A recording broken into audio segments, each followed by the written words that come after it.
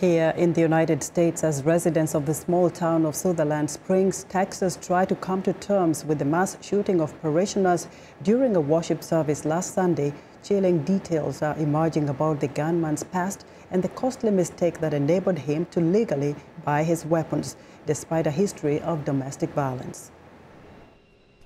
Police reveal that gunman Devon Kelly escaped from a mental health center 5 years ago after sneaking guns into a U.S. Air Force base and making threats against commanders.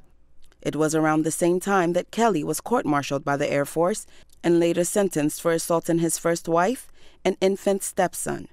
However, his criminal conviction was not registered in the FBI database used for background checks. There was nothing in our databases that precluded him from purchasing a firearm. The Air Force admits they never informed the FBI about his conviction. It's a mistake that allowed him to legally buy the murder weapon. If you're a domestic abuser, you're not supposed to own a gun.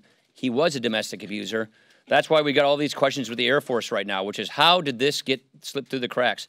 How is it that this person who was convicted of domestic abuse by the Air Force, how did he get through the system and get a gun? As investigators search for answers about Sunday's attack, many argue the focus should be on gun control. If there wasn't so much easy access to getting guns, and that this wouldn't be happening. You know, people are just able to get these guns more freely, and there should be more higher rules and regulations and laws against guns.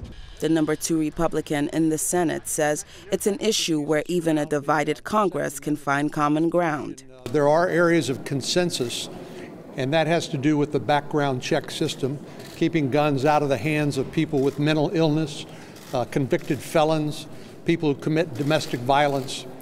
But tragically, we saw the system fail, and 26 people are now dead, 20 more wounded. As the Sutherland Springs community tries to cope with the loss of their friends and neighbors, the nation resumes its argument over gun control. Jesusemen Oni, VOA News, Washington.